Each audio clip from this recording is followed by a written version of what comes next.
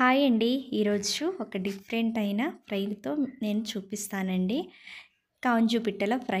ముందుగా కాంజు పిట్టలనైతే చిన్న చిన్న ముక్కలుగా కట్ చేసుకొని శుభ్రంగా వాష్ చేసుకోండి.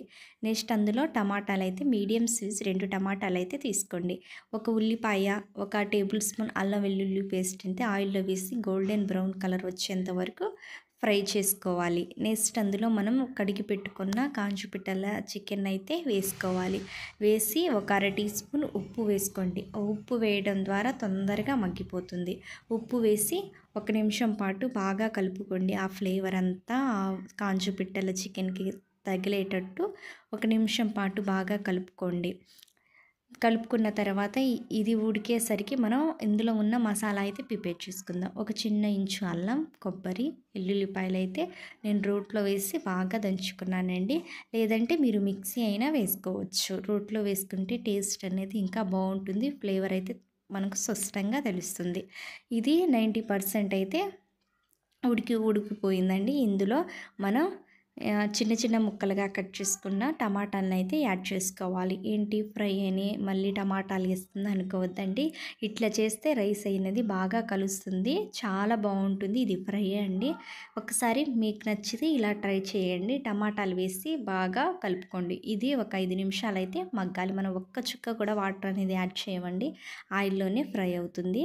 నెక్స్ట్ కరివేపాకు అనేది ఒక 2 రెమ్మలు వేయండి. టమాటాలు వేసిన తర్వాత ఫ్లేవర్ అనేది బాగుంటుంది. ఆయిల్లో కూడా ఒక 2 రెమ్మలు అనేది వేయండి. ఇది మూత పెట్టుకొని ఒక 5 నిమిషాలు అయితే మగ్గించుకోవాలి. నెక్స్ట్ ఇందులో మనకు కావాల్సింది ఒక అర టీ స్పూన్ పసుపు, మీ టేస్ట్కి తగ్గట్టుగా కారం, ఉప్పు అనేది మీ టేస్ట్కి తగ్గట్టుగా యాడ్ చేసుకోవచ్చు. నేను కారం అయితే ఒక టేబుల్ స్పూన్ కారం వేస్తున్నానండి. మీరు మీ టేస్ట్కి తగ్గట్టుగా కారం, ఉప్పు అనేది యాడ్ చేసుకోండి. ఇదంతా బాగా ఒక నిమిషం పాటు బాగా కలుపుకోవాలి. కలుపుకొని ఆ కారంలో పచ్చి వాసన ఉంటుంది కదా, మూత పెట్టి ఒక 5 నిమిషాలు అయితే మగ్గించుకోండి. నెక్స్ట్ నాకు ఉప్పు అనేది కొంచెం తక్కువ ఉంది కాబట్టి నేను ఉప్పు అనేది యాడ్ చేస్తున్నాను.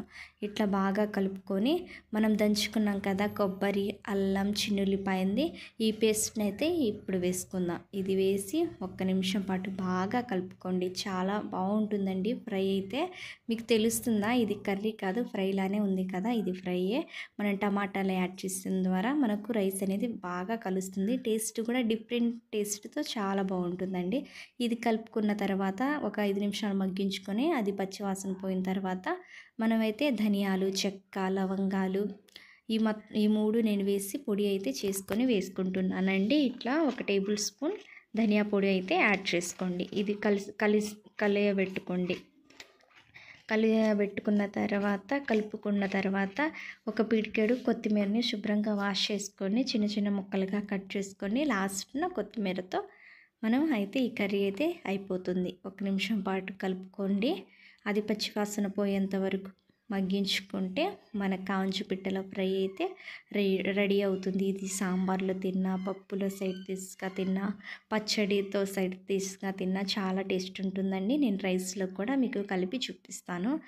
ఒక్క ముక్క ఉంటే మనకు రైస్ బాగా కలుస్తుందండి. అదే మనం టమాటాలు వేయకపోతే బాగా కలవదు రైస్. ఈ వీడియో మీకు నచ్చితే ఒక లైక్, షేర్, సబ్స్క్రైబ్ చేసుకోండి. బాయ్.